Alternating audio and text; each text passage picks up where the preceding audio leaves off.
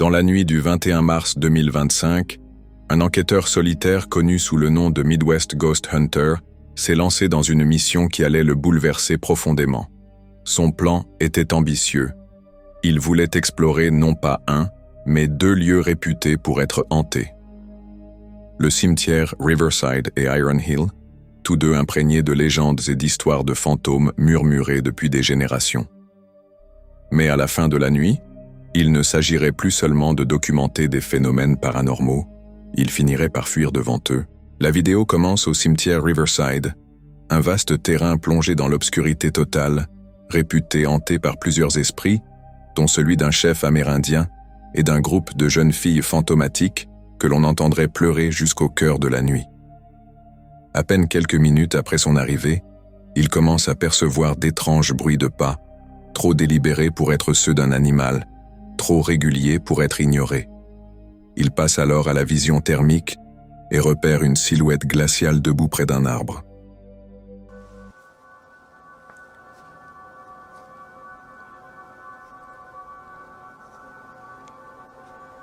Not seeing any cold spots or anything yet. If there's anyone here, could you manifest yourself so I can see you?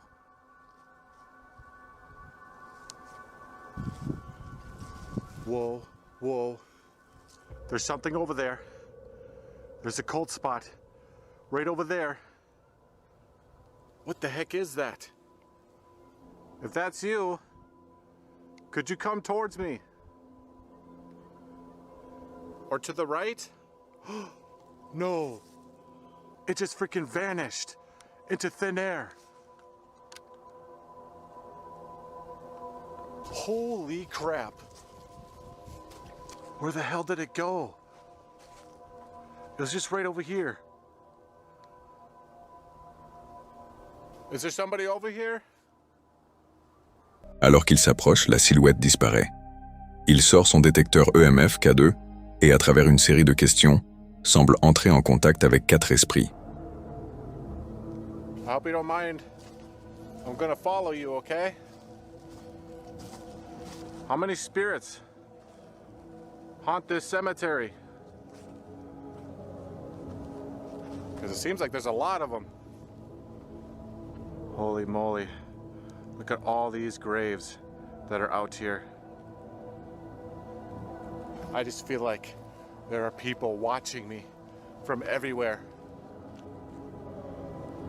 Oh my God, what the fuck? Okay, I swear to God, I just seen someone over there. They were walking through the graves. Holy crap, that sent chills down my spine. I don't think I caught it on camera. Les choses se compliquent près de l'ancienne chapelle voisine. La légende locale dit que si l'on frappe à la porte, quelque chose frappe en retour. Et il le fait. It's definitely a gorgeous chapel. I would definitely want to haunt here. I'm gonna try to knock and see if anything knocks back. All right, here goes.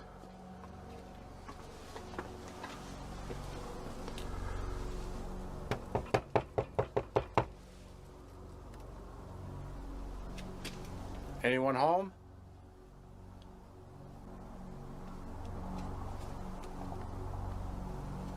No knocking yet.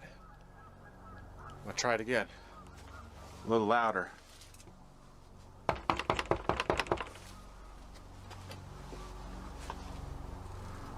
If there's anyone in there, could you knock back?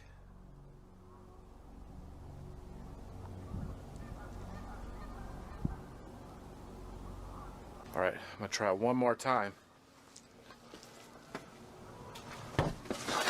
Oh, whoa, that was a thump. Oh, jeez, that startled the crap out of me. Thank you. Après un long silence, un coup résonne en retour, puis un autre. Lorsqu'il regarde à travers les fenêtres sombres et tachées de la chapelle, il aperçoit brièvement un mouvement.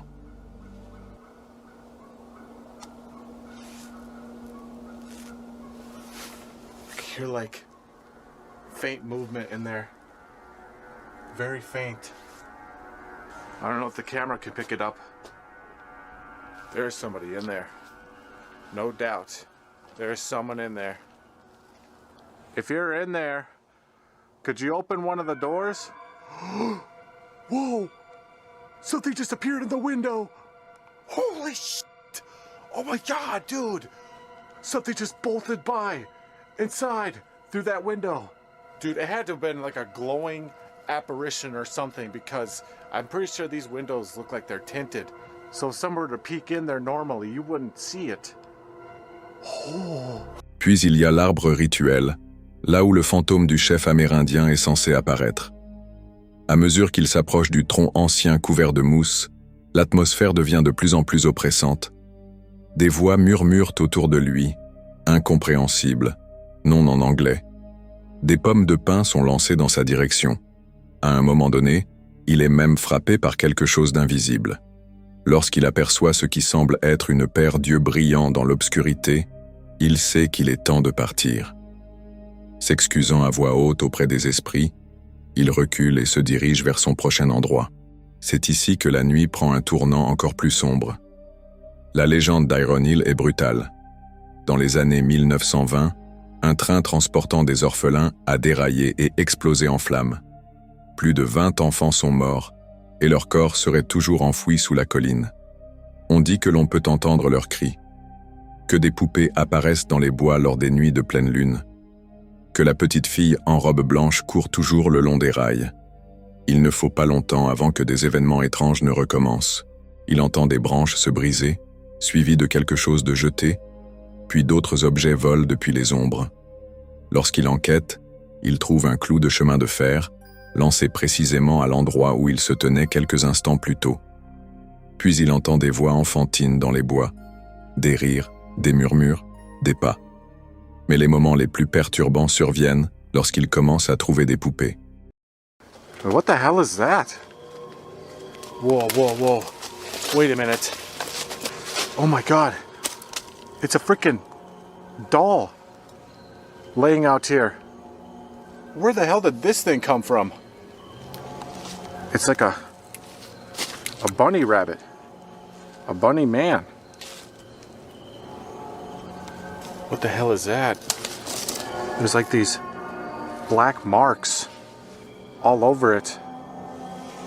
Those almost look like burn marks. No way. Could this be from the fire? No, it couldn't be.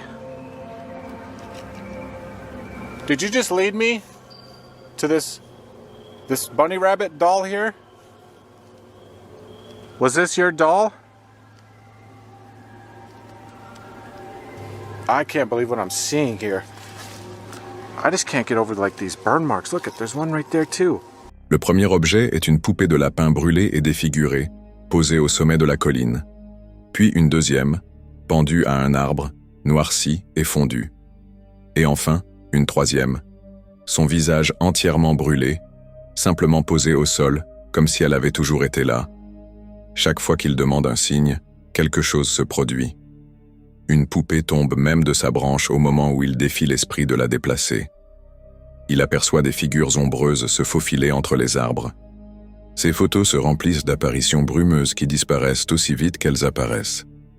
À mesure qu'il s'enfonce plus profondément dans les bois, il sent la fumée. L'odeur s'intensifie. Sa caméra capture une brume brûlée, flottant comme un souvenir du feu qui a emporté ses enfants il y a si longtemps. Puis sa caméra meurt complètement, bien qu'elle ait été entièrement chargée. À la fin de la nuit, il court à travers les bois, poursuivi non pas par des animaux, mais par les ombres des oubliés. Des voix murmurantes, des silhouettes sombres, des mouvements juste au-delà de la portée de sa lampe de poche. Qu'as-tu pensé de ces images? Fais-moi part de tes réflexions.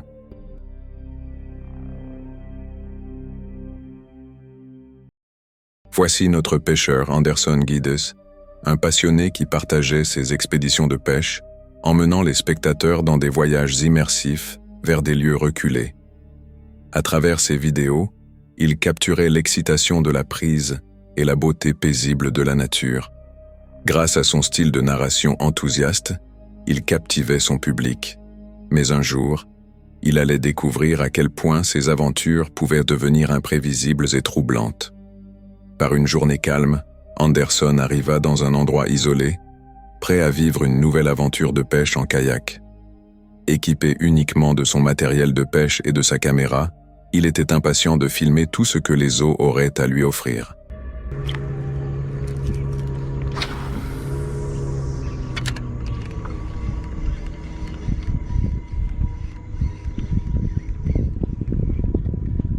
Pegou! Escapou. Não, tá aqui. Tá aqui. Pegou. Vem cá. La vidéo commença avec lui réussissant à attraper quelques poissons, montrant fièrement une belle corvina à la caméra. Alors qu'il continuait à pêcher, l'atmosphère paisible préparait le terrain pour ce qui allait bientôt devenir une rencontre terrifiante. Tucuna linda. Vem cá, garoto. Vai, Charles.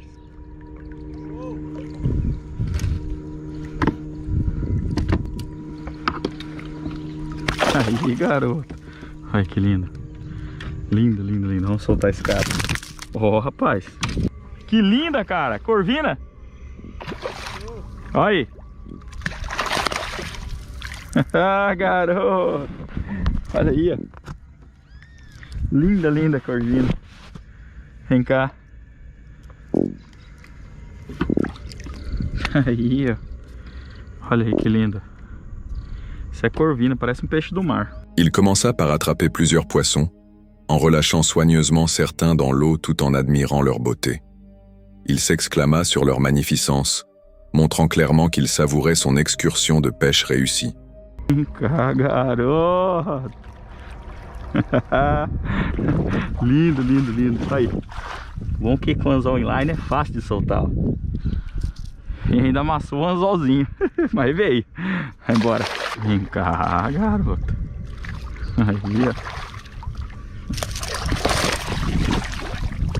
Vem cá. Aí, garoto. Todos eles aqui já dão um padrãozinho bom, né, cara? Do rio, né? É. Pequeno não sai do rio da Bahia, né? Não sai. Aí. Mais quadradinho, já bonito. Agora.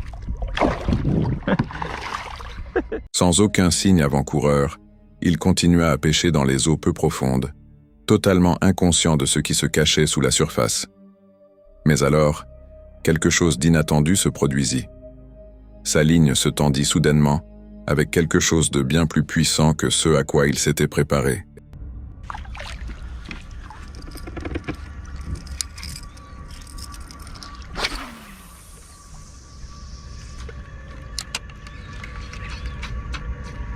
Que foi isso? Que foi isso?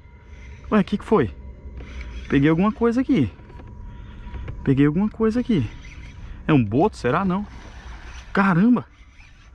Olha aí. É grande. Levantar. Nossa, meu Deus do céu. É um monstro de um jacaré. Caramba, cara. Meu Deus, e agora, Jesus? Meu Deus do céu, é muito grande, cara. É muito grande. Parceiro do céu, ajuda. Esse é grande, cara. É maior que o seu caiaque. Caramba, cara. Olha o tamanho desse cara. Tá me rebocando, meu irmão. Caramba, e agora? Tá muito perto. Olha o tamanho. E agora? Caramba. Meu Deus do céu, cadê ele? Pra onde que ele vai?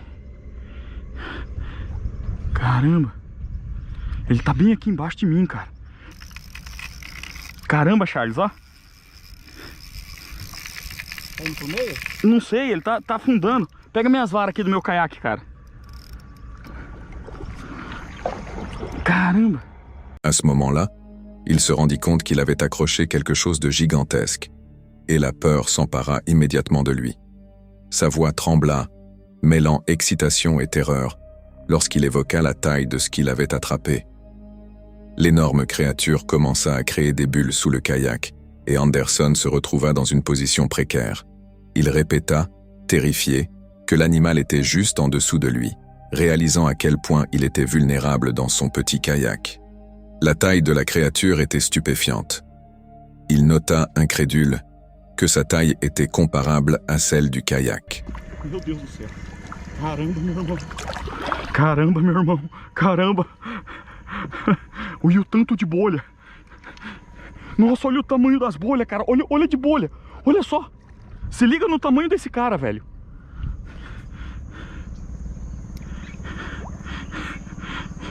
Caramba, meu irmão. Caramba.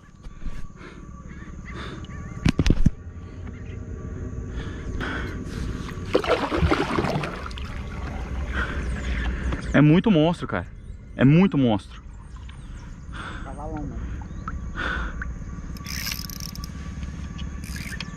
Ó. Nem se mexe.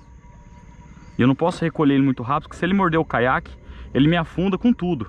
Un mouvement soudain sous lui intensifia sa peur.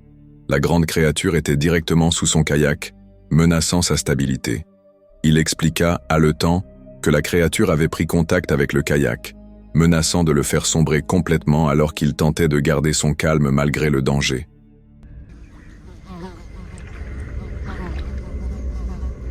Caramba, ele vai ter que subir, cara, não pode?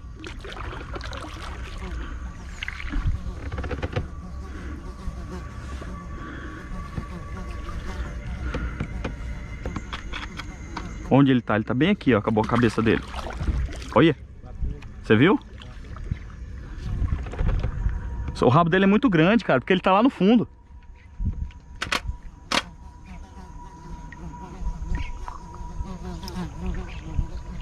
Caramba, Charles. E agora, meu irmão? Ele tá indo pra margem. Ele tá indo pra margem.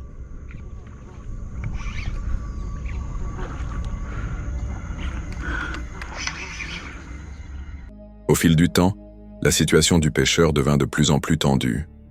L'animal continuait à libérer des bulles, un signe de sa taille gigantesque et de sa proximité. Il observa, la voix encore tremblante de la rencontre, les bulles incessantes qui ne cessaient de surgir. La lutte continua alors que la créature se dirigeait vers les eaux peu profondes. Le pêcheur relata les mouvements de l'animal, espérant qu'il finirait par se libérer de sa ligne.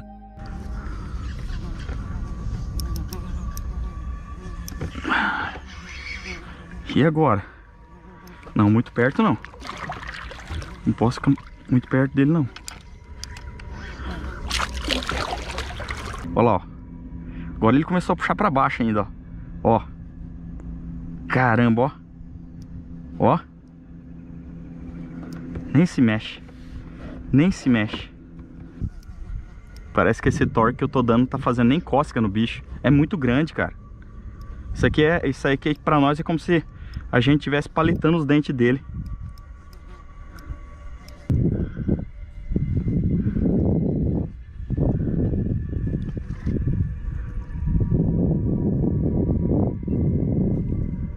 Ó, começou a soltar bolha. Começou a soltar bolha.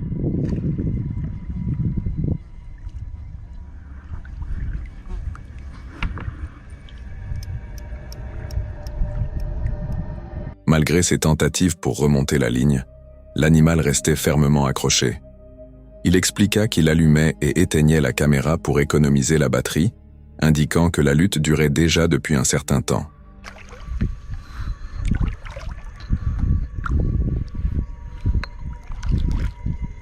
Tracionado agora. Olha, começou a sair bolha. Bolha, cara, ó. Ele vai subir. Agora ele vai subir. Começou a aliviar a linha. Tá subindo. Ó, ó o líder, tá bem aqui o líder, ó. Ó, agora ele puxou. Agora ele puxando. Olha o tanto de bolha. Ele tá embaixo do caiaque. Ele tá subindo. Tá subindo, cara. Tá subindo. Olha o líder ali, o nó do líder ali. Caramba, eu tenho um... Parece que tem um negócio no líder aqui. Chega mais perto. Tá ligado a sua, né? Tá ligado aqui também. Agora sim. Nossa! Tá se afastando. Tá se afastando. Vai pro raso. Olha. Nossa. Nossa. Olha o tanto de bolha. Olha isso, cara. Meu Deus do céu. É gigantesco. É gigantesco. Tem um risco na linha bem ali, ó. Olha o tanto de bolha. Après environ 40 minutes de cette intense confrontation, la rencontre atteignit son point culminant. Il s'écria alors que la lutte touchait enfin à sa fin. Descolou ele do fundo. Aham. Eu não quero deixar ele... Caramba, caramba, caramba. Nossa, tá girando o caiaque. Olha a força desse bicho, cara. Olha a força desse animal. Se liga nisso, cara. Meu Deus do céu. Olha o líder aqui, ó. Ele vai subir a cabeça. Céu, cara, é um dinossauro isso aqui. Nossa, caramba. Ah. Olha isso, cara. Olha isso. Olha ali, ó. Olha onde tá de bolha ali, ó.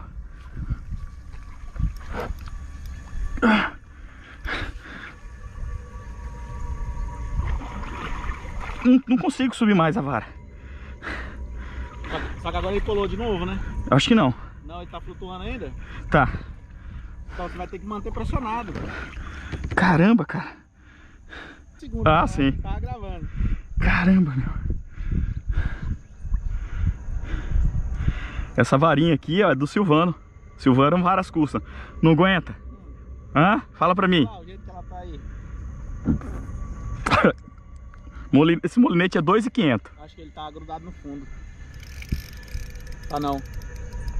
Tá não, certo? Tá não. Tá não? Então, se ele tiver tendo que fazer força... La situation devint encore plus intense lorsque le pêcheur se rendit compte que la créature tentait peut-être de se libérer. Sa voix mêlait peur et curiosité, se demandant exactement ce qu'il avait bien pu accrocher. Você só vai puxar ele pra perto de você. É, não tem. O único jeito é se o caiaque tivesse apoiado, alguma coisa assim.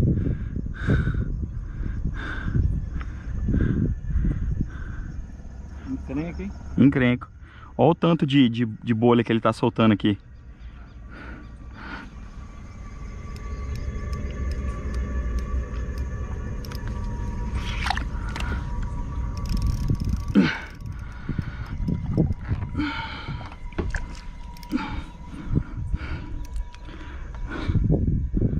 Olha lá.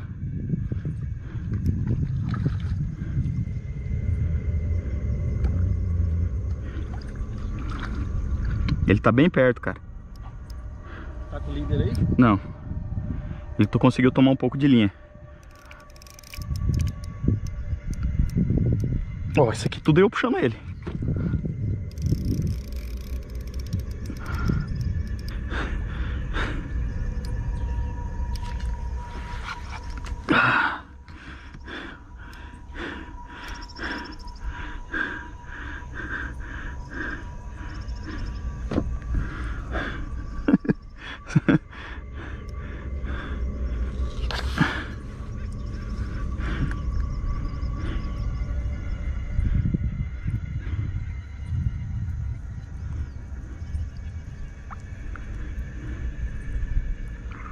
Aí, ó.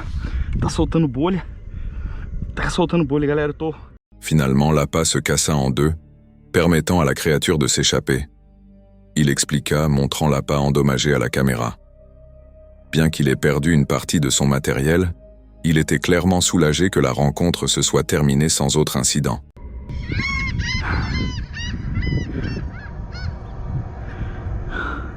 Olha de bolha, cara.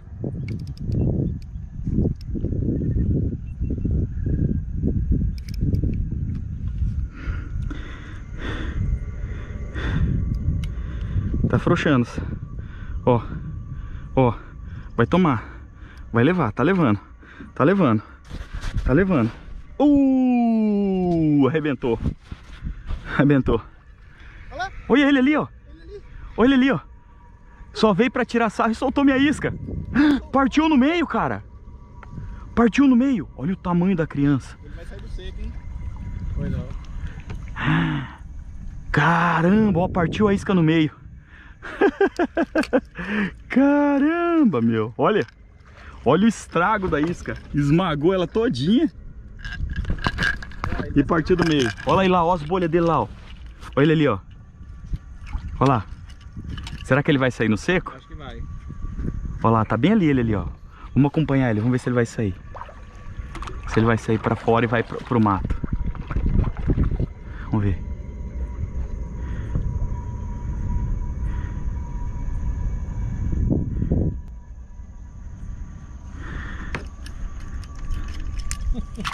O que ele fez que eu saí? A galera, dá uma olhada aqui no que aconteceu com a isca. Olha isso. Olha isso. Meu Deus do céu. Graças a Deus ele... Bom, pelo menos... Hein, Charles?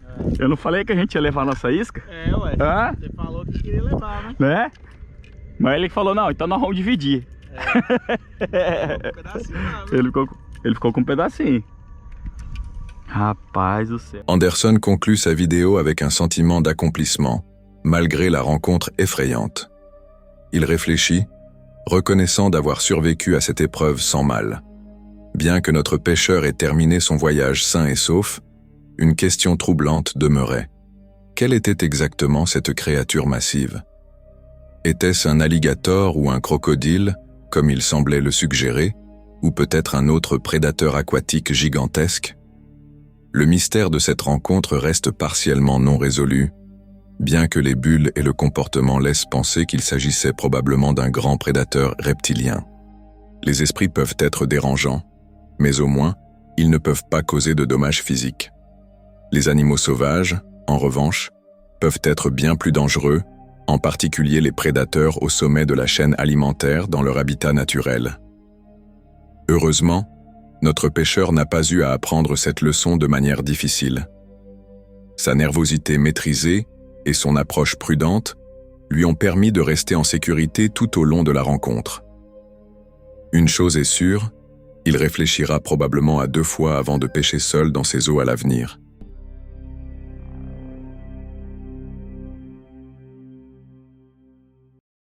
The Flex Tapes est un YouTuber qui excelle dans le fait de repousser les limites. Camper dans des égouts, explorer des ruines anciennes, et parfois passer la nuit dans des endroits où personne n'ose s'attarder. Mais cette fois, il est allé encore plus loin. Il a campé seul pendant une nuit dans une caravane abandonnée. Ce qu'il n'avait pas prévu, c'était qu'il n'était peut-être pas vraiment seul. Flex arrive à la caravane juste avant la tombée de la nuit, caméra en main et curiosité au maximum. Elle est étonnamment intacte. La plupart des fenêtres sont brisées, mais le cadre est solide, les rideaux sont toujours suspendus, et des objets éparpillés suggèrent que quelqu'un y avait séjourné récemment. Malgré l'atmosphère étrange, Flex poursuit son plan. Il explore l'intérieur et trouve un endroit pour dormir sur l'un des canapés, écartant des sacs et des papiers jetés. Il installe même son réchaud de camping sur un vieux téléviseur, riant du fait que c'est la table improvisée parfaite. Mais une fois que le soleil se couche, l'ambiance de la vidéo commence à changer. Vers 2 heures du matin, le premier bruit se fait entendre.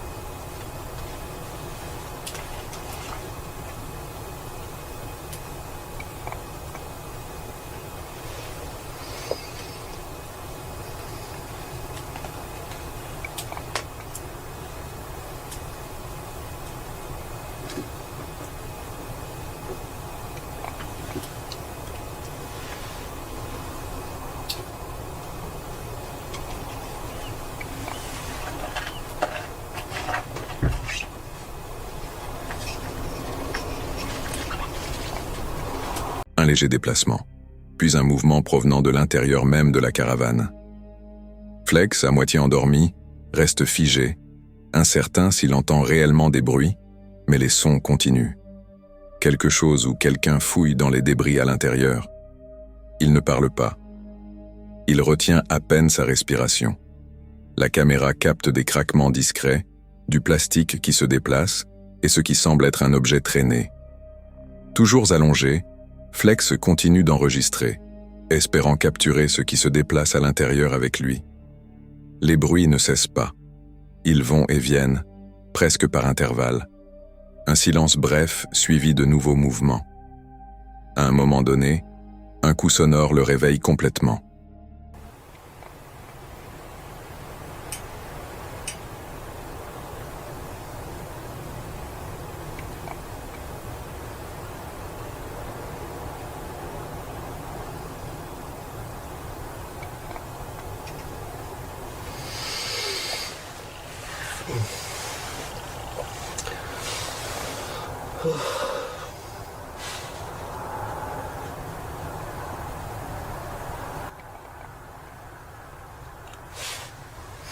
I'm gonna have a look around.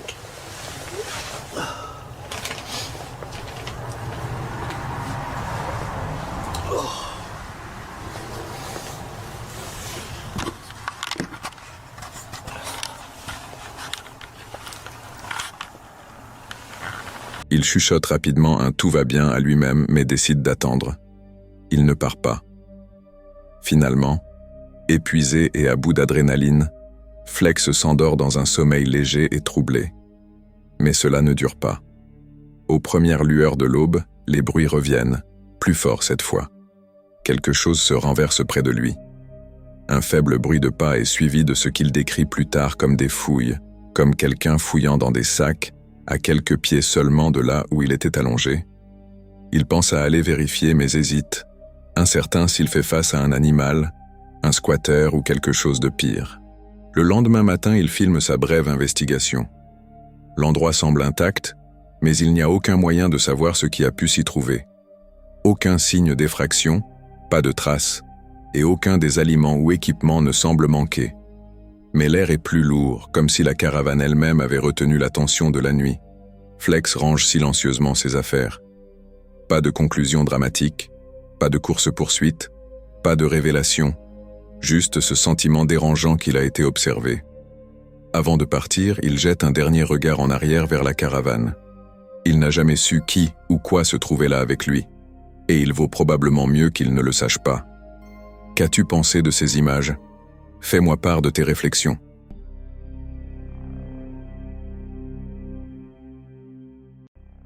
Voici Daniel O'Neill, le créateur de la chaîne YouTube English Woodsman. À travers ses vidéos, il emmenait ses spectateurs dans de véritables aventures en pleine nature, mettant en avant des compétences de bushcraft, des techniques de camping et de cuisine en plein air. De camps privés en forêt à des lieux isolés, ses explorations révélaient à la fois les joies et les défis de la vie en extérieur. Grâce à son approche pratique et à un contenu authentique, Daniel captivait son public. Mais un soir, il allait découvrir à quel point ses aventures pouvaient devenir imprévisibles et troublantes. Début 2025, Daniel arriva dans un bois privé, prêt à tester une tente d'occasion qu'il avait toujours voulu, mais qu'il n'avait jamais pu s'offrir auparavant. Équipé de sa caméra et d'un nouveau poêle à bois, il était impatient de documenter son expérience de camping nocturne. So tonight I'm out doing a permission woodland camp. I'm going to be trying a second-hand tent that I got out of a bundle buy. I got 6 tents for £100, I think it was. So there's one of the tents that is a tent that I always wanted, classed as a dream tent. So it's your tent what you've always wanted, but at times you couldn't be able. La vidéo commençait avec Daniel expliquant comment il avait obtenu la tente dans le cadre d'un achat en lot, partageant son enthousiasme à l'idée de posséder enfin la tente de ses rêves. Alors qu'il parlait, les problèmes liés à l'état endommagé de la tente se dévoilaient peu à peu, annonçant une nuit imprévisible à venir. When this tent was new out, I could never afford it. There was always an issue when it was on sale. You know, bringing up kids, having a job, it is quite hard, and I think it's still hard to this day, to be truthful. My kids are growing up a little bit now. But I always wanted this tent and I could never ever afford it. Then, like I said in the beginning of the video, I brought a bundle of tents for £100 and this one were in it. Now you can see the damage on the bag there. So it's got a clear rip. And there's the clips what's supposed to keep the tent in place. But you can see it's damaged. So I do need to change this. Il commença par installer soigneusement la tente, en explorant ses différentes fonctionnalités et en s'attaquant à quelques petits dégâts, notamment 3 petits trous dans le toit. Inside the tent, and there's something that I've realised what I didn't when I first set the tent up. There's some holes. I've got 1, 2, 3 holes here in the top of the tent, and if it does rain, well, that's the point where it's going to come down. Yeah, you can see 2 of them here. There's another one.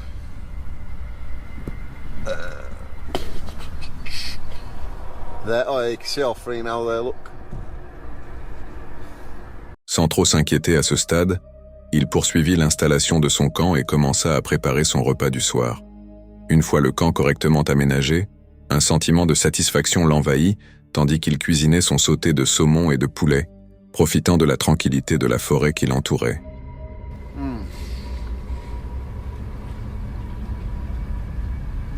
Now I know what people are going to say. Flavouring. I just wanted to taste the salmon tonight. Many times I've been out and I've cooked salmon and I always feel like I maybe have over flavoured it. So I'm thinking, you know what? I just want to taste the salmon itself. I don't want nothing else ruining the taste of it. À la tombée de la nuit, alors que la pluie commençait à tambouriner sur la tente, Daniel utilisa des patchs de réparation provenant de son nouveau matelas gonflable pour colmater temporairement les trous dans sa tente. Right, so we're in the tents now. The rain started, and I've got a small problem with them 3 little holes. I'm not sure they're going to let a lot of the rain in, but to be fair, I don't want no rain coming in. So I'm going to have to think of the idea of what I was on about earlier. I can find which bag it is. I have these, and these are from the air mat.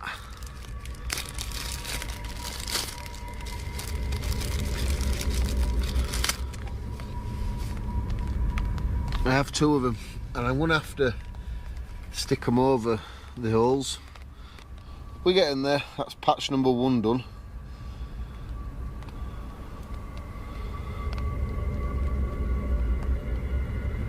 Just need to get the next one. Really a bit of a nightmare to peel. I don't know if it's going to be a long-term fix, but at least for tonight it'll be alright, I think. There we go. Give the tent a good rub. Le contraste entre son enthousiasme initial et ses inquiétudes grandissantes était frappant, le laissant se demander si la tente allait réellement le garder au sec pendant la nuit. Au fil de la soirée, la tente devenait de plus en plus préoccupante, avec des problèmes de fermeture éclair et une étanchéité douteuse. Mais c'est alors qu'un événement totalement inattendu vint bouleverser sa nuit. Just been walking by something seemed to be walking around my tent a bit, and it's walked Dan up as well because Dan's just messaged me. You know the guy lines that you pull out, something I felt, no, not, I don't know, it's just it woke me up so quick. Raining as well. It just seemed like something just bumped into the tent, and then it was like sort of like walking around a little bit. Now if I were by myself, I'd be a little bit more nervous, let's say. See, there it is again.